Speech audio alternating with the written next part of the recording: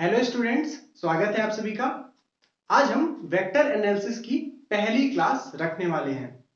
आज हम vector analysis में बहुत ही बेसिक पॉइंट्स को डिस्कस करेंगे और धीरे धीरे हम इसको आईआईटी जैम के लेवल तक लेकर जाएंगे। जिन बच्चों का नेट का प्रिपरेशन चल रहा है, अगर वो इस क्लास को देखते हैं तो उनके लिए ये क्लास बहुत ही बेसिक क्लास होगी, इस तरीके से कि आप रिवीजन कर सकते हैं या अपने कॉन्सेप्ट्स को क्लियर कर सकते हैं इन क्लासेस के थ्रू। पर बेसिकली हमारा लेवल जैम तक ही जाएगा, जैम या गेट आप कह सकते हैं। चलिए अब हम बात कर लेते हैं कि वेक्टर एनालिसिस है क्या। देखिए, बेसिकली जो वेक्टर्स हैं इनके बारे में हमने बात क्लास 11th के फिजिक्स में की थी। फिर जब हमने ज्योमेट्री पढ़ी थी क्लास 11th 12th में मैथमेटिक्स में, या 3 डायमेंशनल ज्योमेट्री पढ़ी थी, वहां पर भी हमने वेक्टर्स के बारे में बहुत पढ़ाई की है। साथ ही साथ हम ग्रेजुएशन में भी फिजिक्स में और मैथमेटिक्स में वेक्टर का एक्सटेंसिवली यूज कर रहे हैं। तो जरूरत क्या पड़ती है कि वेक्टर एनालिसिस का एक अलग से पोर्शन मैथमेटिकल फिजिक्स में इंसर्ट करने की और वहां से क्वेश्चन पूछने की। इसके पीछे कारण है इलेक्ट्रोडायनेमिक्स जैसे बहुत ही इंपॉर्टेंट चैप्टर्स या कहें सेक्शन। इलेक्ट्रोडायनेमिक्स बहुत ही इंपॉर्टेंट पोर्शन है आपका फिजिक्स का, और इलेक्ट्रोडायनेमिक्स बिना वेक्टर एनालिसिस के संभव ही नहीं है। तो जिनका वेक्टर अच्छा है उनके लिए इलेक्ट्रोडायनेमिक्स आसान होगा, सिवाय उनके जिनके लिए वेक्टर एनालिसिस में gradient, divergence, curl, Laplacian operator, Stokes theorem, Green's theorem और इन सारी चीजों को लेकर थोड़ा सा भी डाउट है। तो आज हम शुरू करते हैं वेक्टर एनालिसिस। देखिए, शुरुआत तो हम डेफिनेशन से ही करेंगे, पर हम आपको थोड़ा थोड़ा ब्रीफ में सब बताते हुए चलते हैं। क्वेश्चंस के ऊपर हमारा फोकस ज्यादा रहेगा। देखिए, हम देखते हैं सबसे पहला स्केलर क्वांटिटीज। स्केलर क्वांटिटीज आप जानते हैं स्केलर क्वांटिटीज क्या होती हैं। इन्हें लिखवाने की जरूरत नहीं, बार बार याद दिलाने की जरूरत नहीं है। जिनके पास सिर्फ और सिर्फ मैग्नीट्यूड है, ऐसी क्वांटिटीज जब कभी भी फिजिकल रूप से आपके सामने अपीयर होती हैं तो उनके सिर्फ और सिर्फ मैग्नीट्यूड से ही आप किसी भी प्रॉब्लम में उनका इन्वॉल्वमेंट ले सकते हैं, और कुछ आपको जरूरत नहीं। उस चीज का सिर्फ और सिर्फ आपको मैग्नीट्यूड चाहिए। एग्जाम्पल के लिए मास, स्पीड, डिस्टेंस, ये सारी चीजें क्या है आपकी, ये स्केलर क्वांटिटीज हैं। ठीक है, आप ढेर सारे स्केलर क्वांटिटीज जानते भी हैं, इनके बारे में इससे ज्यादा चर्चा करने की कोई जरूरत भी नहीं है। नंबर्स क्या होते हैं, नंबर्स भी स्केलर ही होते हैं। ठीक है, चलिए अगला होता है आपका वेक्टर क्वांटिटीज। अब वेक्टर क्वांटिटीज से ही कहानी शुरू होती है। वेक्टर क्वांटिटीज से ही कहानी शुरू होती है। वेक्टर क्वांटिटीज या वेक्टर्स को इंट्रोड्यूस करते हैं वो क्वांटिटीज वेक्टर कहलाती हैं। ठीक है, वो क्वांटिटीज वेक्टर कहलाती हैं जिनके पास मैग्नीट्यूड भी होता है और डायरेक्शन भी होता है।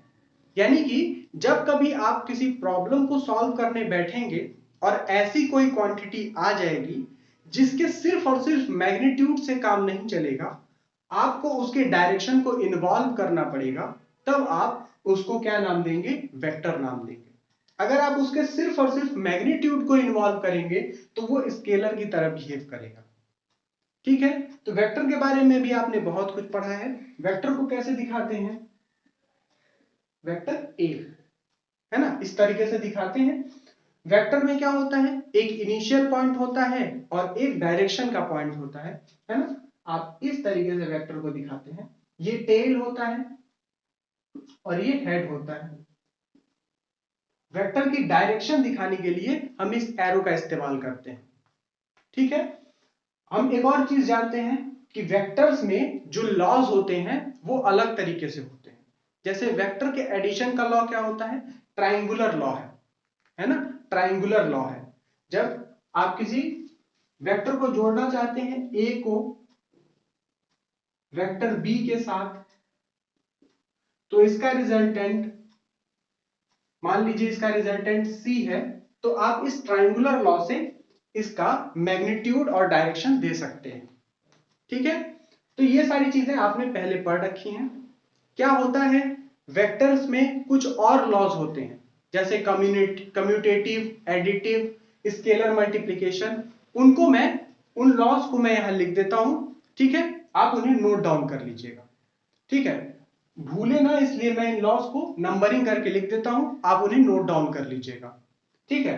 तो देखिए सबसे पहला जो आपका लॉ आता है वेक्टर में, वो आता है वेक्टर एडिशन इज कम्यूटेटिव, ठीक है, और एसोसिएटिव। जो पहला लॉ है कम्यूटेटिव, यानी vector A plus vector B is equals to vector B plus vector A, ठीक है, ये कम्यूटेटिव लॉ है। दूसरा आप जानते हैं A plus B plus C is equals to A plus B plus C, ठीक है, ये एसोसिएटिव लॉ है। अगला लॉ आता है एक, अब वेक्टर में किसी स्केलर से आप मल्टीप्लाई कर दीजिए, ठीक है, m इंटू ए, ठीक, अब ऐसे कर दें आप m into A plus B, तो यह आ जाएगा M A plus M B, ठीक है। या एक और लॉ है, आप कहते हैं a plus B into vector C, इसको आप कैसे लिख सकते हैं, a into vector C plus B into vector C. Inequalities के भी कुछ लॉज हैं, जैसे देखिए एक लॉ है आपका a प्लस बी का मॉड ले लें, वो हमेशा लेस देन और इक्वल टू होगा mod a plus mod b से, ठीक है। एक लॉ है जो आप कहेंगे कि यहां पर एडिटिव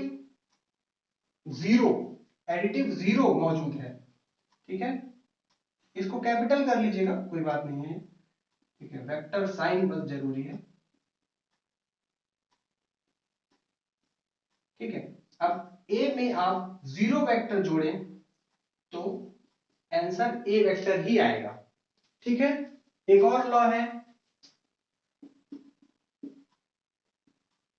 ए वेक्टर में माइनस ए वेक्टर जोड़ दें तो आंसर जीरो वेक्टर आएगा, ठीक है, जीरो वेक्टर या नल वेक्टर कहते हैं, ठीक। देखिए ये सारे लॉज आप जानते हैं, और भी कई सारे लॉज हैं जिनको आप लिख सकते हैं, इन लॉज को आप प्रूफ भी कर सकते हैं, ठीक है, लेकिन प्रूफ की आपको जरूरत नहीं है, अंडरस्टैंडिंग होनी चाहिए। जैसे इन सारों में एक ये लॉ जो है वो इंपॉर्टेंट है, थोड़ा सा अच्छा भी लगता है, ए वेक्टर और बी वेक्टर, इनका अगर आप सम कर लें और उसके बाद मॉड ले लें, वो हमेशा छोटा होगा ए वेक्टर और बी वेक्टर के इंडिविजुअल मॉड के सम के, ठीक है। इसको प्रूफ करना है, आइए हम इसको प्रूफ करते हैं इसी की मदद से, ठीक है।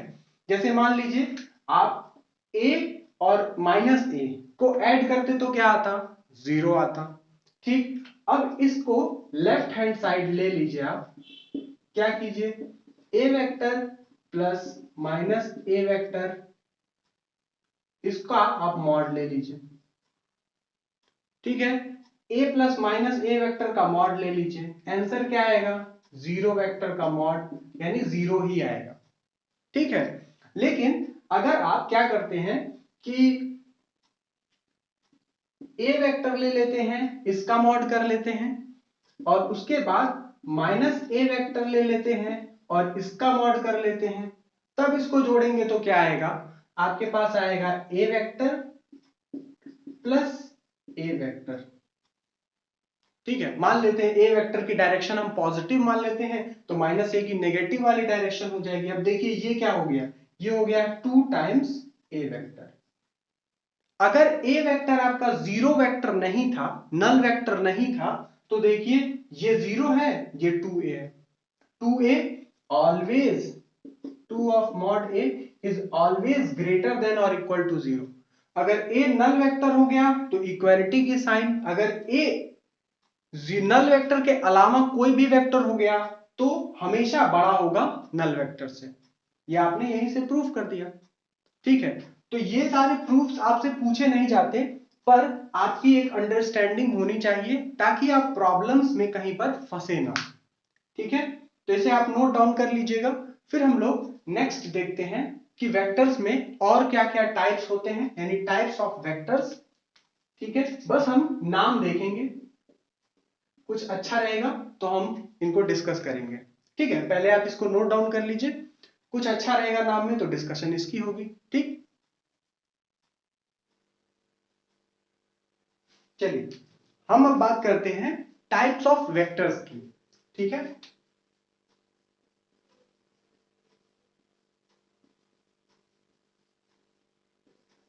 Types of vectors. सबसे पहला आता है नल वेक्टर या जीरो वेक्टर। जीरो वेक्टर के बारे में क्या बात है, जीरो वेक्टर के पास मैग्नीट्यूड ही नहीं होता, मैग्नीट्यूड इसका जीरो है। ठीक है, इसलिए आप इसकी डायरेक्शन भी नहीं बना सकते।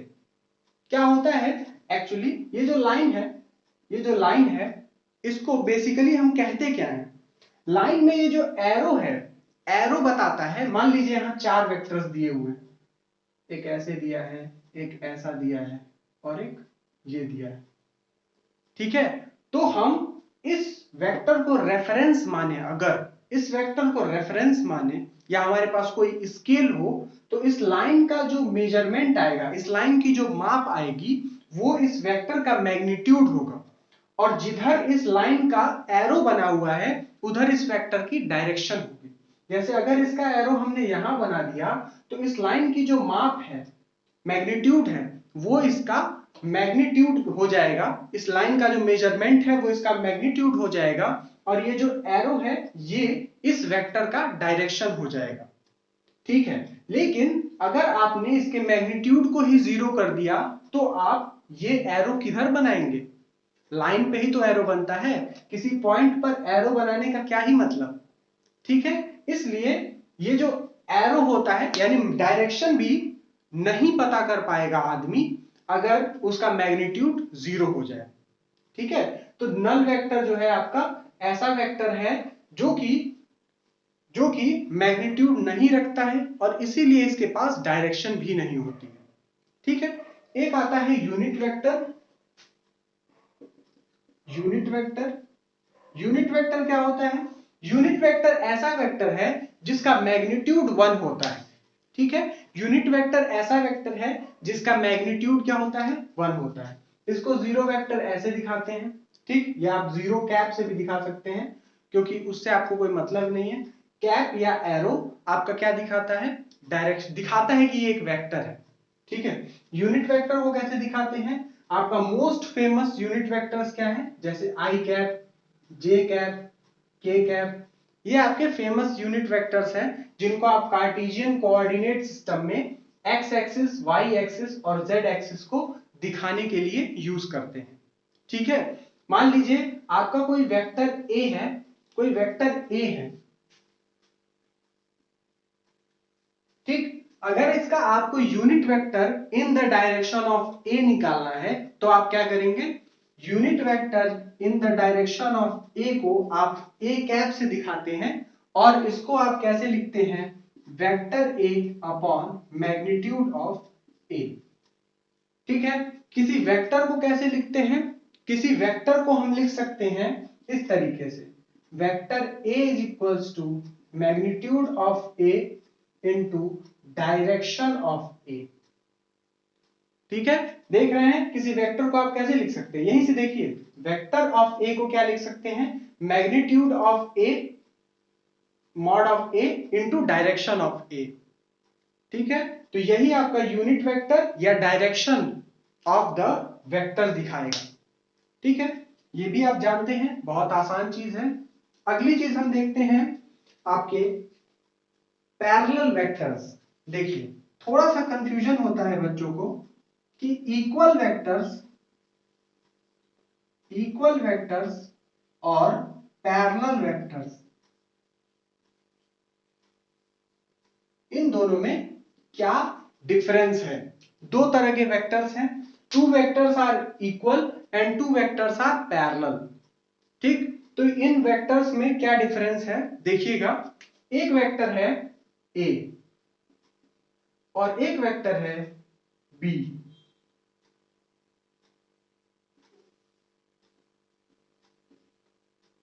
दिख रहा है? ये दोनों वेक्टर्स आपको दिख कैसे रहे हैं? पैरेलल दिख रहे हैं। ठीक है, ये दोनों वेक्टर्स आपको कैसे दिख रहे हैं? पैरेलल दिख रहे हैं। तो इन वेक्टर्स को आप क्या कहेंगे? इन वेक्टर्स को आप कहेंगे पैरेलल वेक्टर्स। ठीक, लेकिन इनमें क्या हो सकता है? मैग्नीट्यूड का डिफरेंस हो सकता है। ठीक है ना, इनमें मैग्नीट्यूड का डिफरेंस हो सकता है। साथ ही अगर ये बी की डायरेक्शन अपोजिट हो जाती है, अपोजिट हो जाती है, तो भी ये वेक्टर्स पैरेलल वेक्टर्स ही कहलाते हैं। लेकिन कभी कभी इनको नाम क्या असाइन कर दिया जाता है? एंटी पैरेलल वेक्टर्स, क्योंकि इनके बीच एंगल कितना हो जाएगा? 180 डिग्री। ठीक है, जब इनके बीच एंगल निकालेंगे तो 180 डिग्री। ठीक, mutually anti parallel vectors. Anti parallel मतलब एक दूसरे से 180 डिग्री बनाया हुआ। ठीक है, तो पैरेलल वेक्टर और एंटी पैरेलल वेक्टर्स की कहानी तो ये रही। अब सवाल ये है कि इक्वल वेक्टर्स क्या होते हैं? ठीक है, तो इक्वल वेक्टर समझने के लिए आप बस ये समझिए कि दो ऐसे पैरेलल वेक्टर्स हैं जिनका मैग्नीट्यूड अगर सेम हो गया और डायरेक्शन भी सेम हो गया, तो आप इन दोनों वेक्टर्स को क्या कहेंगे? ये दोनों वेक्टर्स इक्वल वेक्टर्स हैं। तो पैरेलल वेक्टर का एक स्पेशल केस, जब दो वेक्टर्स जिनको आप कंपेयर कर रहे हैं उनके मैग्नीट्यूड और डायरेक्शंस दोनों सेम हो जाते हैं, तब ये वेक्टर्स क्या हो जाते हैं? इक्वल वेक्टर्स हो जाते हैं। ठीक है, इसके अलावा भी कुछ वेक्टर्स होते हैं, जैसे कोप्लेनर वेक्टर्स। दो वेक्टर्स कोप्लेनर कब कहलाते हैं? जब वो एक ही प्लेन में लाई करते हैं। ठीक, देखने की बात होती है कि आप कहां से देख रहे हैं और क्या रेफरेंस आपका है ना? वरना दो, आप कभी भी दो वेक्टर्स आप लीजिएगा, जैसे एक वेक्टर ये है, एक वेक्टर ये है, तो इन दोनों से जाता हुआ एक ऐसा प्लेन होगा जिनमें ये दोनों लाई कर रहे हैं। पर अगर आप तीसरा वेक्टर ले लीजिएगा तो दिक्कत हो सकती है। ठीक है, अगर आप एक वेक्टर ये ले लिए, एक वेक्टर ये ले लिए, देखिए ये दोनों वेक्टर्स डिफरेंट हैं, पर इनके साथ जाता हुआ एक प्लेन है जो इनका कोप्लेन कहलाएगा। दोनों इसी प्लेन में लाई कर सकते हैं। तो अगर आपके पास कभी भी दो वेक्टर्स दिए हुए हैं तो जरूरी है कि उनके साथ एक प्लेन जाए। पर तीन वेक्टर्स एक ही कोप्लेनर हो ये जरूरी नहीं है। ठीक, और ये चीज कब ये कोप्लेनर होंगे इसकी कंडीशन हम आगे पढ़ेंगे। ठीक है, इसके अलावा है आपके पास को इनिशियल वेक्टर और पोजीशन वेक्टर्स। ठीक है, को इनिशियल वेक्टर्स और पोजीशन वेक्टर्स, ये भी दो पॉइंट्स हैं। देखिए, पहले तो पोजीशन वेक्टर्स देख लेते हैं हम लोग। पोजीशन वेक्टर्स बहुत इंपॉर्टेंट रोल प्ले करता है आपका। देखिए, पोजीशन वेक्टर देखने के लिए सबसे पहले आपके पास एक ऐसा रेफरेंस पॉइंट होना चाहिए जहां से आप किसी की पोजीशन डिसाइड कर सकें। ठीक है, मान लीजिए आपका एक रेफरेंस पॉइंट O है। ठीक, अब ये एक पॉइंट है P। तो एक ऐसा वेक्टर जो इस रेफरेंस पॉइंट से इस पॉइंट को मिलाए, इस पॉइंट P को मिलाए, ये वेक्टर इस P पॉइंट का O के रिस्पेक्ट में पोजीशन वेक्टर कहलाएगा। टफ नहीं है, आसान है। जैसे मान लीजिए आप एक कार्टेशियन कोऑर्डिनेट सिस्टम ले लिए। अब यहां पर एक पॉइंट आपने ले लिया, ओरिजिन यहां है, तो ओरिजिन के रिस्पेक्ट में इसका पोजीशन वेक्टर ये आ जाएगा। पर अगर आपने ये कार्टेशियन कोऑर्डिनेट सिस्टम ऐसे ले लिया होता कि ओरिजिन ही पॉइंट P पर लाई कर जाता, तो ओरिजिन के रिस्पेक्ट में इसका पोजीशन वेक्टर क्या होता? 0 वेक्टर होता। तो ओरिजिन आपने जहां रखा है, यानी रेफरेंस पॉइंट जहां रखा है, वहां से किसी पॉइंट को मिलाते हैं तो वो वेक्टर क्या कहलाता है? उसका पोजीशन वेक्टर कहलाता है। आप ये भी जानते होंगे, मान लीजिए P का कोऑर्डिनेट है x y z। ओरिजिन का आपका कोऑर्डिनेट जो है वो a b c है। ठीक है, ओरिजिन का कोऑर्डिनेट हमने ABC मान लिया है। तो इस वेक्टर को आप कैसे लिख सकते हैं? आप इस वेक्टर को लिख सकते हैं वेक्टर P या पोजीशन वेक्टर P कैसा होगा आपका? x minus a। I cap plus Y minus B J cap plus Z minus C K cap. ठीक है, जिसके रिस्पेक्ट में लेते हैं उसको सब्ट्रैक्ट करते हैं, जिसका लेते हैं, जिसका हम लोग पोजीशन लेते हैं उससे सब्ट्रैक्ट करते हैं। x minus A I cap, y minus B J cap, z minus C K cap. अगर ये 2 डायमेंशन में होगा तो z वाला टर्म 0 हो जाएगा, 1 डायमेंशन में हो जाएगा तो y वाला टर्म 0 हो जाएगा। ठीक है, तो इस तरीके से आप पोजीशन वेक्टर लिखते हैं, आप इसको भी जानते हैं। ठीक है, तो इसको आप नोट डाउन कर लीजिएगा। एक और चीज है जो भूल रहे हैं, वो है आपका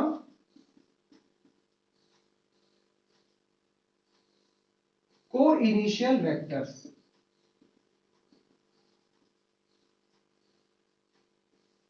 को इनिशियल वेक्टर्स बहुत इंपॉर्टेंट नहीं है क्योंकि इसकी जरूरत ज्यादा नहीं पड़ती है।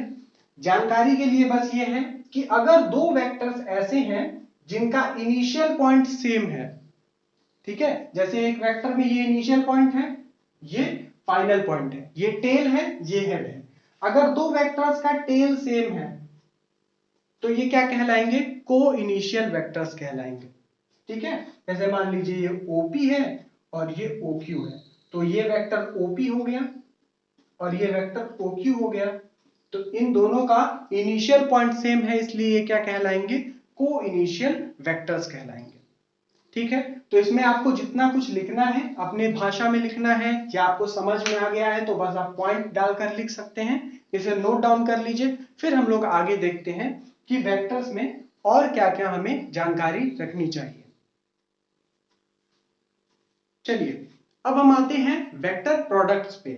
देखिए वेक्टर प्रोडक्ट्स आप जानते हैं कि दो तरीके के होते हैं, पहला है आपका स्केलर प्रोडक्ट और दूसरा है वेक्टर प्रोडक्ट। ठीक है, वेक्टर के या क्रॉस प्रोडक्ट जो होता है। ठीक, तो स्केलर प्रोडक्ट या डॉट प्रोडक्ट जो होता है उसको हम लोग आज चर्चा करते हैं, क्रॉस प्रोडक्ट की हम लोग बाद में नेक्स्ट वीडियो में चर्चा करेंगे। ठीक, तो देखिए डॉट प्रोडक्ट और स्केलर प्रोडक्ट कैसे हम दिखाते हैं? अगर एक वेक्टर आपका है A और एक वेक्टर है B, तो इनका डॉट प्रोडक्ट कैसे दिखाया जाएगा? इनका डॉट प्रोडक्ट होता है A डॉट B। ठीक है, A डॉट B से, और आप जानते हैं कि ये क्या होगा? A B cos theta. जहां A B क्या है, इसको आप ऐसे भी लिख सकते हैं, mod A mod B cos theta. ठीक, थीटा क्या है? थीटा वेक्टर A और वेक्टर B के बीच का एंगल है। जैसे देखिए एक वेक्टर आपने A ले लिया ऐसा, एक वेक्टर B ले लिया आपने ऐसा। ठीक है, आपने देखा होगा A को हमेशा इसी तरह से बनाते हैं, वो इसलिए क्योंकि ये x एक्सिस के साथ लाई कर सके और हम रेफरेंस ले सके। ठीक है, ऐसा नहीं है कि A वेक्टर ऐसा ही होता है, A वेक्टर किधर भी हो सकता है। ठीक है, मान लीजिए इनके बीच का एंगल थीटा है, तो A डॉट B को कैसे दिखाएंगे? Mod A mod B cos theta. ठीक है, अब देखते हैं कि अगर कोई वेक्टर A ऐसे लिखा हुआ है ax I cap ay j cap plus az k cap. ठीक, अब ये कैसे आया ax ay az, ये भी हम आपको बताएंगे। ठीक, कि ये क्या है ax ay az क्या है, इसके बारे में भी हम लोग चर्चा करेंगे। आपको पता है लेकिन हम चर्चा करेंगे। तो इसका मॉड आप कैसे लिखेंगे? ठीक है, a का मॉड आप कैसे लिखेंगे? आप कैसे लिखते हैं? आप लिखते हैं ax square plus ay square plus az square. ठीक है, ऐसे आप इसका मॉड लिखते हैं। ऐसे ही आप b का भी मॉड लिख सकते हैं।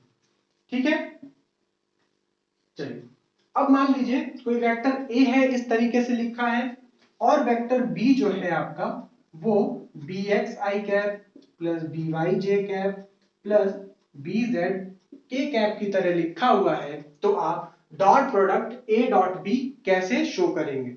आप करेंगे A dot B is equals to, आपका हो जाएगा ए, इन दोनों का मल्टीप्लीकेशन होगा, यहां पर ए की वैल्यू यहां की बी की वैल्यू रख देंगे और आ जाएगा ए एक्स बी एक्स प्लस ए वाई बी वाई प्लस ए जेड बी जेड।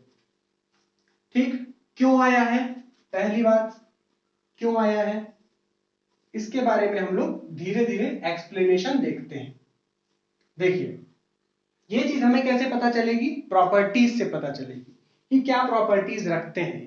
ठीक, पर ये इंपॉर्टेंट रिजल्ट्स हैं इसलिए इनको पहले करा दिया। देखिए अब प्रॉपर्टीज देखते हैं हम लोग।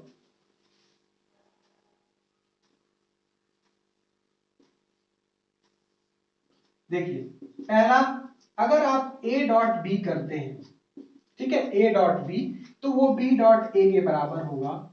ये कम्यूटेटिव लॉ को फॉलो करता है। ठीक है, ये कम्यूटेटिव लॉ को फॉलो करता है, पर इसके बाद वाला vector cross product commutative law को फॉलो नहीं करता है, ये ध्यान रखना पड़ेगा आपको। ठीक, इसके बाद एक प्रॉपर्टीज है कि अगर आप कार्टेशियन कोऑर्डिनेट सिस्टम के यूनिट वेक्टर्स आई कैप, जे कैप और के कैप की बात करें, तो अगर आप आई कैप डॉट आई कैप करेंगे तो इसकी वैल्यू 1 आएगी, जे कैप डॉट जे कैप करेंगे तो भी वैल्यू 1 आएगी, के कैप डॉट के कैप करेंगे तो भी वैल्यू 1 ही आएगी। तो आप यहां लिख सकते हैं जे कैप डॉट जे कैप, के कैप डॉट के कैप। ठीक है, पर अगर आपने डॉट प्रोडक्ट किया किसी और भी वेक्टर के साथ, यानी कि आई डॉट जे, तो इसकी वैल्यू 0 आएगी। सिमिलरली आप जे डॉट के डॉट आई डॉट के कुछ भी करेंगे तो वैल्यू आपकी 0 आएगी। ठीक है, देखिए क्या कारण है इसका, कारण इसका क्या है, इसका भी आप कारण देख सकते हैं। ए डॉट बी करेंगे तो आइए देख लेते हैं। पहले पहला नंबर आपका है ए डॉट बी आप करना चाहते हैं, तो क्या आएगा, mod A mod B cos theta. ठीक है, आप इसको क्या लिख सकते हैं, बी ए कॉस थीटा।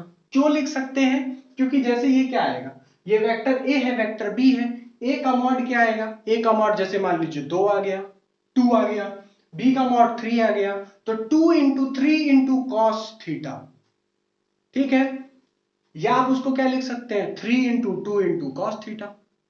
ठीक है ना, इसलिए आप इसको चेंज कर सकते हैं क्योंकि ये नंबर्स हैं और ये किसकी वैल्यू है, ये इसकी वैल्यू है, बी डॉट ए की वैल्यू, इसलिए ए डॉट बी किसके बराबर हो गया, ए डॉट बी आपका बी डॉट ए के बराबर हो गया। ठीक, नेक्स्ट आपने देखा आई डॉट जे 0 होता है और आई डॉट आई 1 होता है। आइए देखते हैं कैसे, I dot I is equals to, I dot I, एक वेक्टर ए है एक वेक्टर बी है, तो mod I into cos theta. अब देखिए आई वेक्टर है, इसका मॉड क्या होगा, यूनिट वेक्टर है, यूनिट वेक्टर का मॉड 1 होता है, इसका भी मॉड 1 होगा, यानी 1 इंटू कॉस कितना, आई वेक्टर के साथ कितना एंगल, 0 डिग्री। ठीक है, इस वेक्टर का इसी के साथ कितना एंगल, 0 डिग्री। ठीक, यानी कि ये हो जाएगा cos 0 डिग्री और cos 0 की वैल्यू 1, तो 1 इंटू 1 यानी क्या आ गया 1, यानी आई डॉट आई क्या आ जाएगा 1 आ जाएगा। क्लियर है, इसी तरह से आई डॉट जे क्या होगा, आई डॉट जे क्या होगा, आई डॉट जे में आप करेंगे mod I mod J into cos theta. Mod I mod J की वैल्यू तो 1 होगी, कॉस थीटा कितना हो जाएगा, आई और जे के बीच कितना एंगल है 90 डिग्री, जे और के बीच कितना एंगल है 90 डिग्री। ठीक है, तो अगर दो यूनिट वेक्टर्स के बीच में 90 डिग्री का एंगल है तो ये आ जाएगा 1 इंटू कॉस 90 डिग्री, कॉस 90 की वैल्यू होती है 0, इसलिए आई डॉट जे क्या हो जाएगा 0 हो जाएगा। क्लियर है, लेकिन हम इसको इस तरीके से न लिखकर एक और नया नोटेशन लेकर आते हैं, ये तो मिटा देते हैं, ये तो आपके किसी ज्यादा काम का नहीं है, बस हमने प्रूफ कर दिया कि आप इस तरीके से अच्छा, ये इतना आसान आसान क्यों हम बता रहे हैं, क्यों इतना आसान आसान आपको पढ़ा रहे हैं? ताकि आप प्रोसेस सीखें, करना सीखें। ठीक है, मैं आपको इस चीज को प्रूव किया, ये एग्जाम में नहीं पूछेगा, पर इसके प्रूफ को अगर आप खुद से करते हैं तो आपको एक प्रोसेस पता चलेगा, एक तरीका पता चलेगा और एक कॉन्फिडेंस डेवलप होगा कि नहीं, मैं कुछ छोटे छोटे प्रोसेसेस जानता हूं, मैं इस क्वेश्चन की ओर अप्रोच कर सकता हूं। ठीक है, इसलिए ही मैं आपको इनके प्रूफ्स बता रहा हूं। ठीक है, चलिए अब इनको हम थोड़ा सा कलेक्टिवली लिखना चाहते हैं। ठीक, आइए लिखते हैं। देखिए, अगर हम इसको ऐसे लिख दें और इसी के नीचे I dot J is equals to Kronecker delta I J for I J के। ठीक है, where Kronecker delta I J is equals to 1 when I is equals to j और 0 when I is not equals to j। देखिए, जो third year के विद्यार्थी हैं वो टेंसर पढ़ेंगे और टेंसर एनालिसिस के पहले या दूसरे लेक्चर के बाद उनको इस चीज से डर नहीं लगेगा। लेकिन अगर कोई सेकेंड ईयर का विद्यार्थी पढ़ रहा है तो उसको इस चीज से डर लगेगा कि ये क्या लिखा हुआ है। लेकिन ये बहुत आसान चीज है। जब फाइनल ईयर में आपने पहली या दूसरी क्लास में इस बात को पढ़ लिया, इसका मतलब क्या है कि ये आपके सेकेंड ईयर के अंडरस्टैंडिंग की ही चीज है, उससे ज्यादा नहीं है। ठीक है, तो देखिए ये क्या लिख रहा है, इसके लिखने का मतलब समझिएगा, क्योंकि इसको आगे हम यूज करेंगे। देखिए, आई डॉट जे, आई में जब आप जे का मल्टीप्लीकेशन करेंगे, डॉट प्रोडक्ट करेंगे, तो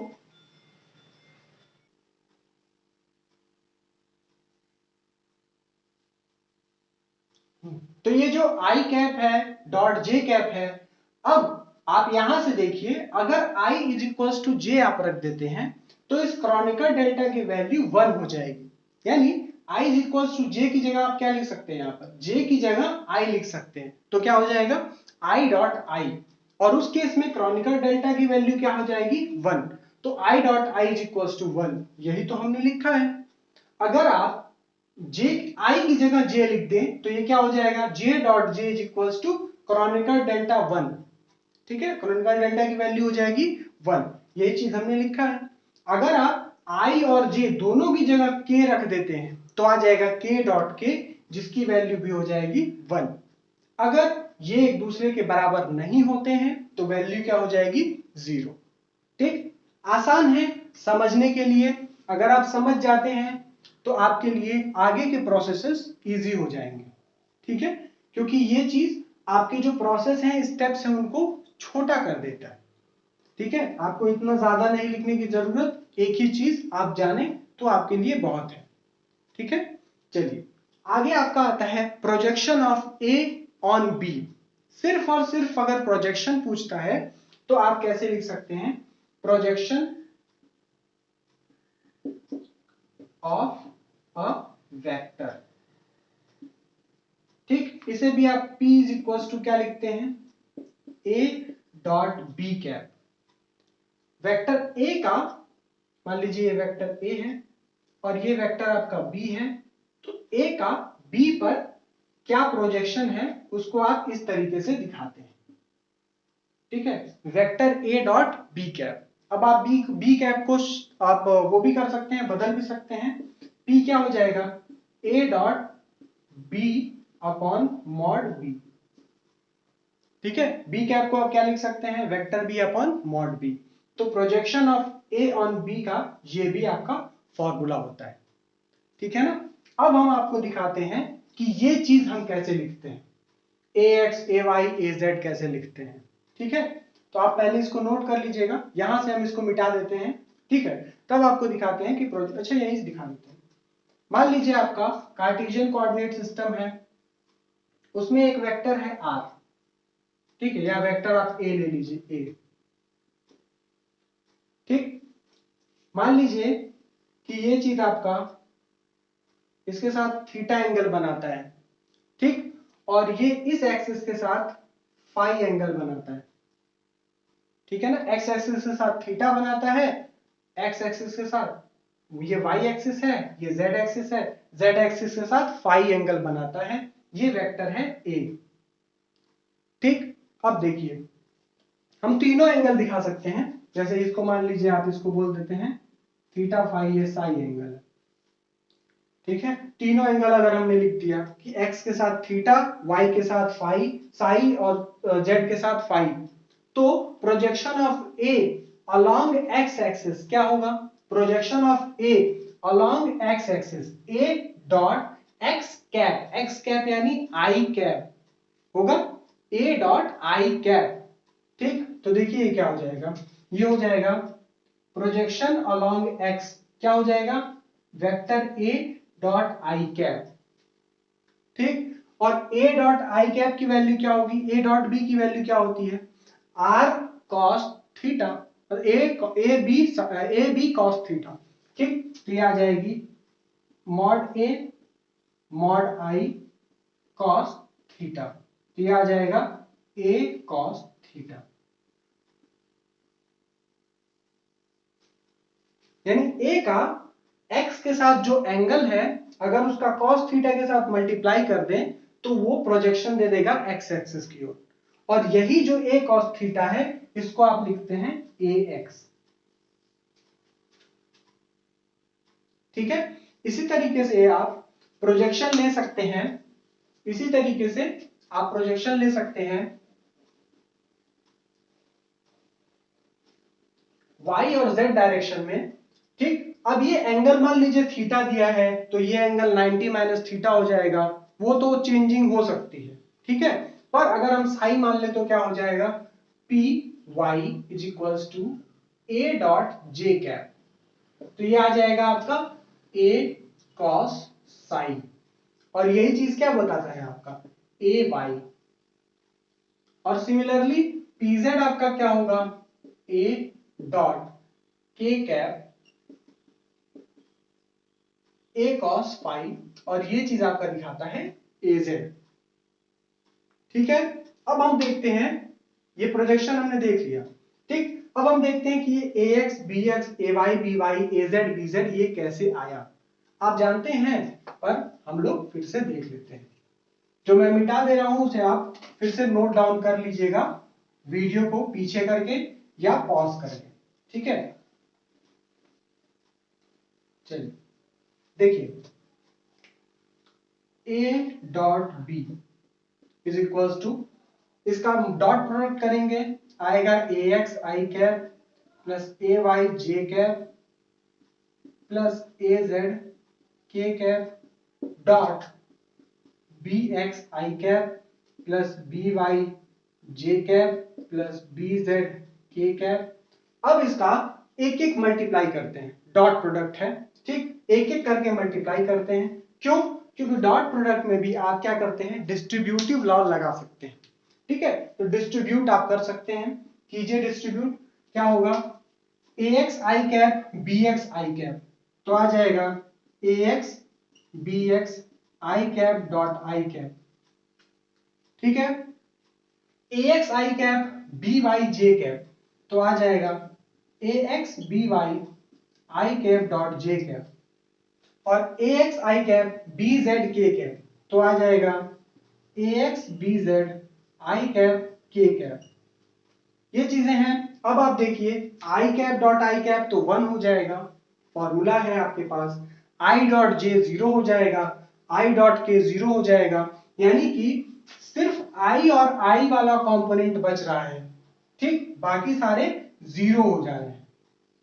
ठीक है ना, तो क्या बचेगा? आई डॉट आई 1 हो जाएगा, ax bx बचेगा। इसी तरीके से j और j वाला कंपोनेंट बचेगा, तो इसको हम लिखेंगे ay by, और इसी तरीके से k और k वाला कंपोनेंट बचेगा, इसको लिखेंगे az bz। ठीक है, और इसीलिए हमारा फॉर्मूला a डॉट b का ax bx plus ay by plus az bz आया है। ठीक, चलिए ये चीज हमने प्रूफ कर दी। अब हम देखते हैं कि हम प्रोजेक्शन का क्या इस्तेमाल करते हैं। बहुत ही आसान है एक फॉर्मूला जिसे हम यूज करेंगे, और आपने पहले पढ़ भी रखा है। ठीक है, पहला आप फोर्स का फॉर्मूला पढ़ते हैं और वर्क का तो आप लिखते हैं Fs cos थीटा या फिर F cos theta into S, ठीक है, इंटू एस। ये क्या होता है? ये होता है कि आप जो फोर्स ले रहे हैं इस फोर्स का कौन सा कंपोनेंट डिस्प्लेसमेंट के अलोंग है, उसी फोर्स के कंपोनेंट का सिग्निफिकेंस है, और उस कंपोनेंट को मल्टीप्लाई करेंगे तो वर्क आ जाएगा। ठीक है, तो हम क्या करते हैं, वो कंपोनेंट लेने के लिए फोर्स का प्रोजेक्शन लेते हैं डिस्प्लेसमेंट के अलोंग। मान लीजिए एक ब्लॉक है आपका, ये ब्लॉक इस सरफेस पे चल रहा है, ये इसका डिस्प्लेसमेंट वेक्टर है, चल रहा है, फोर्स इस ब्लॉक पे ऐसे लग रहा है, आप इस ब्लॉक को ऐसे खींच रहे हैं, तो क्या होगा, इस फोर्स का इसके अलोंग कंपोनेंट होगा F cos थीटा। आपने इसको पढ़ रखा है, ठीक। अब हम इसको कैसे लिख सकते हैं, F डॉट S। ठीक है, एक और चीज है, जैसे आप फ्लक्स निकालते हैं तो आप कहते हैं कि इलेक्ट्रिक फील्ड और एरिया वेक्टर, ठीक है, फ्लक्स क्या होता है, फ्लक्स होता है इंटीग्रल EdA cos थीटा। ठीक है, या आप इसको डायरेक्ट लिख देते हैं E डॉट ए, ठीक है, वो छोड़िए, E डॉट ए लिखते हैं। इसका मतलब क्या हुआ, इसको आप क्या करते हैं, इलेक्ट्रिक फील्ड का वो कंपोनेंट जो एरिया वेक्टर के डायरेक्शन में है उससे जब आप मल्टीप्लाई करते हैं, मान लीजिए आपका कोई सरफेस है जो इस तरीके का है, अब इसमें एरिया वेक्टर इस सरफेस पे देखिए ऐसा है, अब इलेक्ट्रिक फील्ड अगर इस तरीके से निकल रही है यहां पर, तो एरिया वेक्टर ये हो गया, इलेक्ट्रिक फील्ड ये हो गया।